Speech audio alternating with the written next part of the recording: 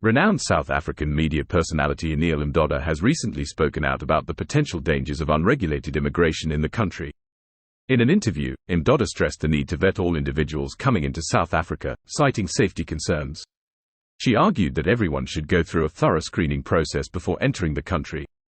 During the interview, Mdoda fearlessly spoke truth to power, stating her position on the issue without fear or favor. She expressed her deep love for her country and urged everyone to prioritize the nation's security. As a prominent figure in the media industry, Mdoda's views have sparked a significant conversation on the topic of immigration control in South Africa. Her advocacy for stricter measures has resonated with many, calling for greater attention to this pressing issue. I have to talk about this Boeing jet that just decided to land in the Eastern Cape.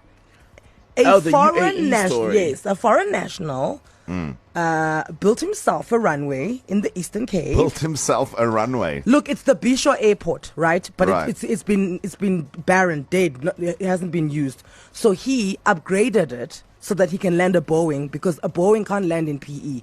And I think it can land in East London. I think that runway is long enough. But PE, we can't take a Boeing on there, right? Okay. So he upgraded his own airport, flew himself in his Boeing with 500 of his passengers who are not South Africans. So they don't have the documentation where you can just waltz into the country and things are fine. And not landing at OR to clear customs and immigration, not landing at Lanseria, not landing in Durban, not landing in Cape Town, where these are the airports where you land to declare yourself that I am now coming into South Africa. Hello, I'm here. There's a customs office at those airports. That's why. Yes. Yeah. No, landed his own jet with 500 of his guests going to his resort. Hi, South Africa is nice, guys, if that is the case that we are doing here. This is the president of the UAE, ruler of Abu Dhabi, Sheikh Mohammed bin Zayed Al Nahyan, and his family. They've landed. They're in the Eastern Cape, arrived on Wednesday. It's a 20 million rand runway, by the way. He built with his own money, according to News 24.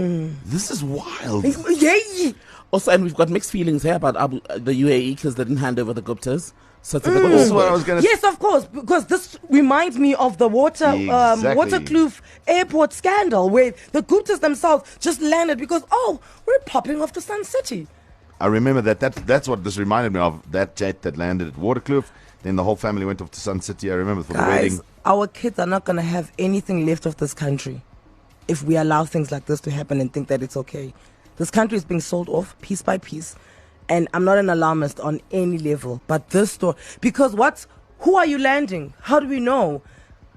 Then one day, guys, any other person who's a billionaire who can build themselves a runway in South Africa can land an entire army and take over. But what's stopping them? It was the same debate that people had around the Fireblade situation. You know, the Oppenheimers had their own terminal. Yeah, yes. And people were saying, how does that work? And I mean, looking at these documentaries on Al Jazeera with this gold mafia, whatever. Yeah.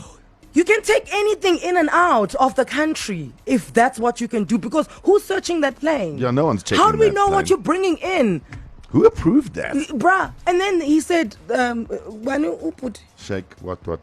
The ruler of Abu Dhabi. what he said that, your Home Affairs office can come and Check us. and check us in when we land on at my runway. No, guys, that's crazy. They No. built a private game resort. Good for them. Well done. I'll be checking it out soon because it's 7-star apparently. And you know me. Like a nice soft pillow. But look, no. This is wild. Like I No. mean, you have no regard for our sovereignty.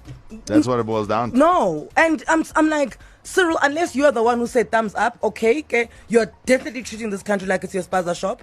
But I don't even think we should be working in a realm where people can just build their own things in our country and land when they want to. You land when you want, you leave when you want. No, guys. That's wild, eh? I suppose what also makes it controversial, that is the fact that this is a private airport, basically. You're here on private business. So what is the actual benefit for the country to all of this happening? And you know what, just quickly to wrap this up, because we need to play some music. We are a music radio station after all. This is not Good morning, is true. 702. This is not Talk Radio 702. That's what happens when it happens. You said something about Fireblade and the Oppenheimers. At the very least, they're South African, Tembekile. At the very least, they are South African. You cannot just have anyone from around the world doing what they want to do in your country, coming in and out as they please. Because at the very least with the Oppenheimers, they've got a South African passport, so there is accountability on where we find them and what we hold them accountable to. We don't know these people that landed. We don't know. We don't know. And will we ever?